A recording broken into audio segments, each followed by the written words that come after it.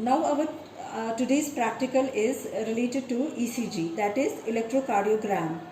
So we will be recording ECG reading using a portable ECG machine. You can see here that this is the portable machine. We can move it here and there.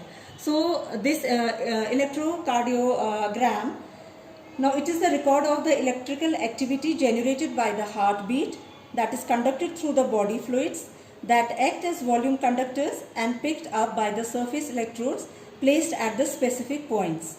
So what are the requirements or the equipment? So as I said, this is the electrocardiogram machine.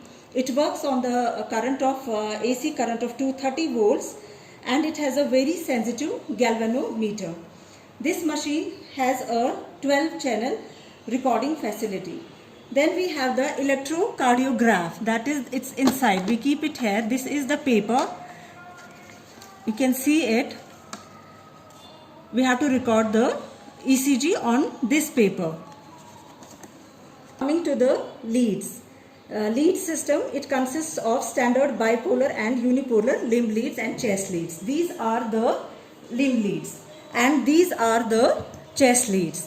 So here, now these unipolar leads and bipolar leads, what is the difference? You already know it. ECG recorded using one active electrode is a unipolar lead and ECG recorded using two active electrodes is the bipolar leads. So the positioning of the leads. Here what we do in the, this is L1. In the lead L1, the positive terminal is attached to the left arm and the negative terminal is attached to the right arm. Similarly, lead 2, here the electrode is attached, the positive terminal of the electrode is attached to the left leg and the negative terminal is attached to the right arm. Then lead 3, here the electrode is positive terminal, it's attached to the left leg and the negative terminal is attached to the left arm. Coming to the unipolar leads, we have AVR, we have AVL and we have AVF.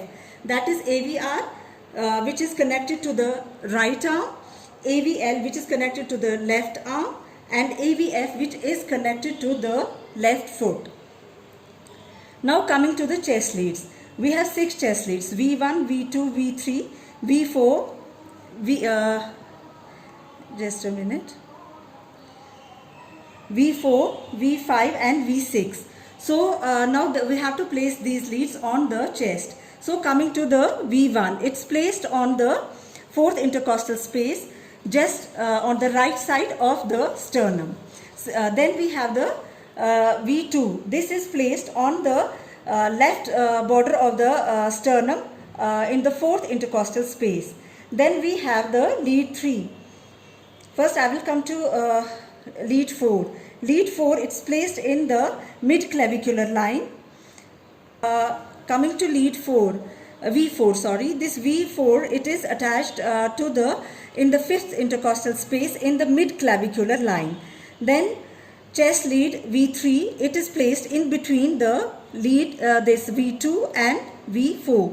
Then coming to the V5, this is placed in the in the anterior axillary line in the 5th intercostal space. That is it should be at the same level as that of the V4. Then V6, it's placed in the mid axillary line in the 5th intercostal space.